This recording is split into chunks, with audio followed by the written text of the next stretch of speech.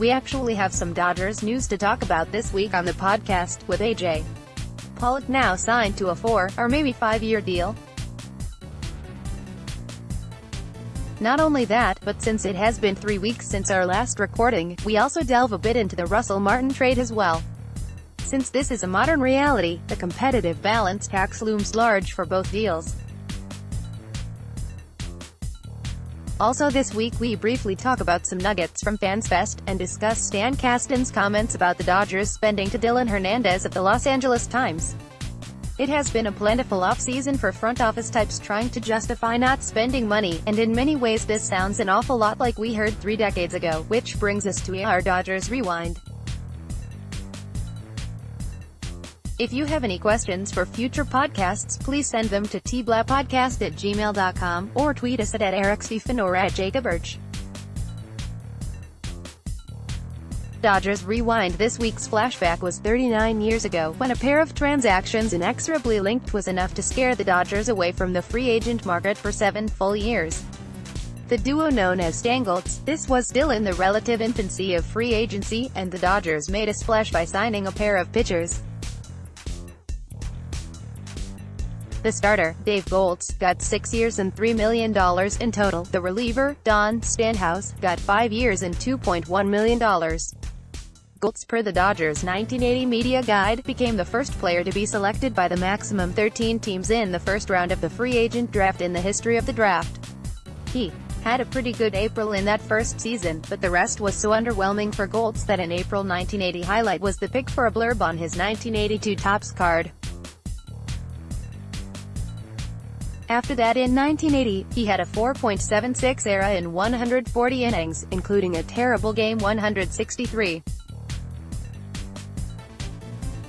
Goltz allowed 4 runs in 3 innings, giving the Astros a 4-0 lead in an eventual 7-1 win at Dodger Stadium. Stanhouse, when he signed with Los Angeles, said, "I've wanted to wear Dodger blue for a long time, and now it's a dream come true." He had a nickname that was mentioned both in the 1980 Dodgers media guide, as well as on the back of his 1981 Topps card. Orioles manager Earl Weaver had a more blunt version of the nickname, calling Stanhouse "full pack," referencing the number of cigarettes he smoked while watching Stanhouse pitch.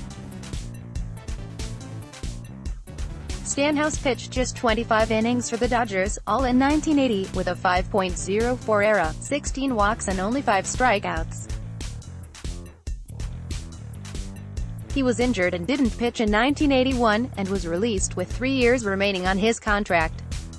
Goltz didn't fare too well either, with a 4.25 ERA, 82 ERA, in 252 innings. He was released in April 1982, with nearly 4 years remaining on his deal.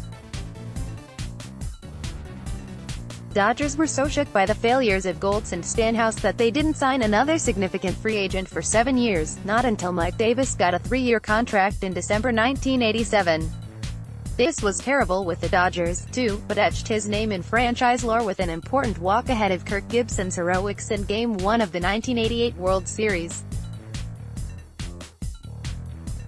In December 1986, then Executive Vice President Fred Clare said about Tim Raines, "We haven't stated a policy on bidding for free agents, but we are just not planning in terms of getting into the free agent market." Keep in mind that this was prime collusion time in baseball, with Raines one of the aggrieved.